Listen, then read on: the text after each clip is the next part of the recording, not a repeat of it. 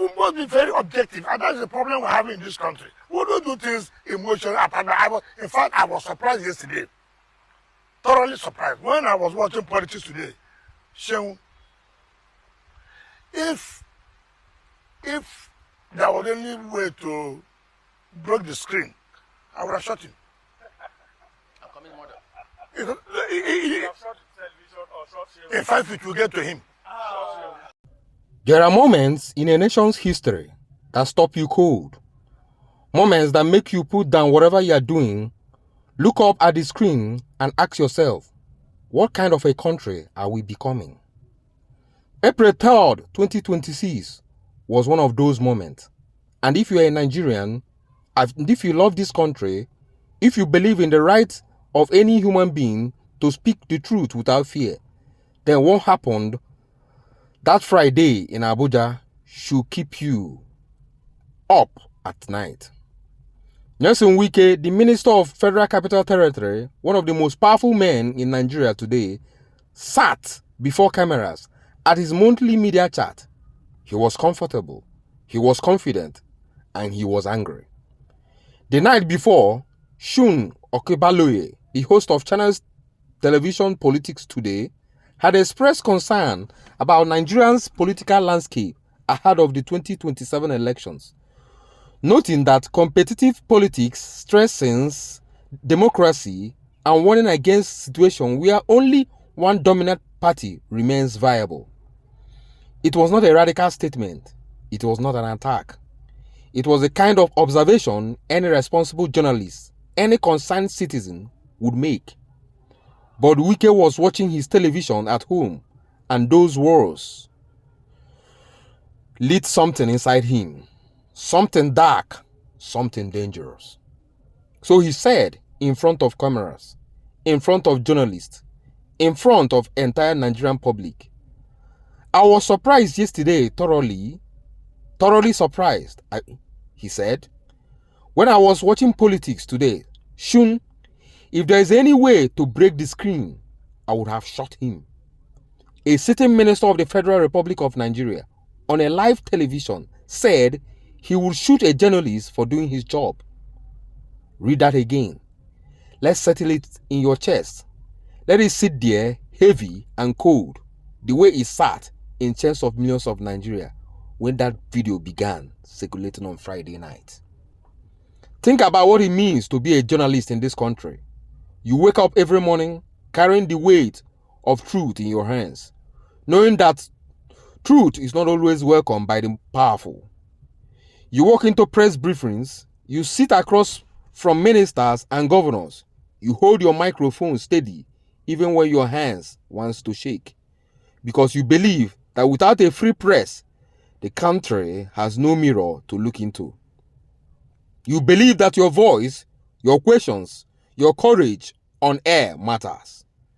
Seun Okebaloye has spent years building that kind of courage. He raised concerns about the dangers of one-party system in Nigeria amid the leadership crisis in African Democratic Congress, which had derecognized by INEC after a court ruling, warning that democracy works best when elections are competitive and involve strong opposition.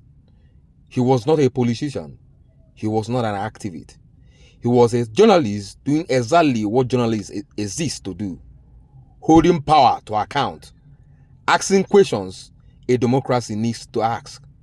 And for that, a minister with armed guards, government resources, and the authority of the state behind him declared on national television that he wished he could shoot him. Nigeria erupted, and rightly so. The Atiku Abubakar media office condemned the threat as a disgraceful and dangerous,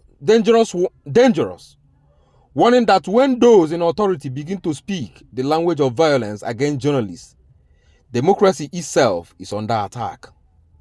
They did not soften their words. The office described the comment as chilling signal of how far the government has descended into intolerance, lawlessness, and naked abuse of power, and called for an immediate unconditional public apology from Wike to Okebaloye and the entire Nigerian media community. Amnesty International, one of the world's most famous human rights bodies, was equally unsparing. They condemned what they call reckless and violent language, stating that Wike's words carry the danger of normalizing violence and encouraging the targeting of journalists. That his level of violent intent coming from a member of Nigerian Federal Cabinet is unlawful and unacceptable. Comedian and activist Mr. Macaroni, a man who had never been afraid to speak uncomfortable truth, went to social media with words that cut to the heart of what so many Nigerians were feeling. He wrote, and I quote, "This is a so-called serving minister of the Federal Republic of Nigeria saying in a live broadcast that he wished he could have shot and killed a Nigerian journalist. A country where public servants become tyrants because they know there is no consequence for impropriety." And a coalition of 14 civil society and media rights organizations issued a joint statement warning that even if it may meant humorously, such rhetoric can be perceived as intimidation, and that violent expressions against journalists contribute to a climate of fear and undermine the principles of a free and independent press. 14 organizations, one voice, one message. This cannot be normal. Under the enormous pressure of the public condemnation, Wike eventually issued a clarification through his media aide. The statement read that the minister never meant he would shoot Seun or Kimbaloye, and that the two had even spoken on the phone, and Okimbaloye understood what the minister meant. He didn't mean it literally. That was the defense. But here is what no press release can erase. Those words were said. They were said loudly. They were said on camera. And they were said by a man with enormous power in a country where journalists have been harassed, intimidated, and silenced for years. As the Article Media Office reminded Nigeria, this is not an isolated slip. It is a symptom of a broader and more dangerous pattern where dissent is criminalized, criticism is met with hostility, and intimidation has become the default language of governance. You cannot walk those walls back with a phone call. You cannot erase a threat with a statement from a media aide. The damage is done. Not just to Seun, but to every journalist in this country who now must wonder whether asking the wrong question could make them a target. Somewhere in Nigeria tonight, a young journalist is sitting at a desk in a small office writing a story that powerful. People do not want to be told. They are afraid. They have always been afraid. But they write anyway because they believe that the truth is worth the risk. That is the courage this country runs on. That is the courage that holds democracy together. When everything else is falling apart, it deserves more than a threat.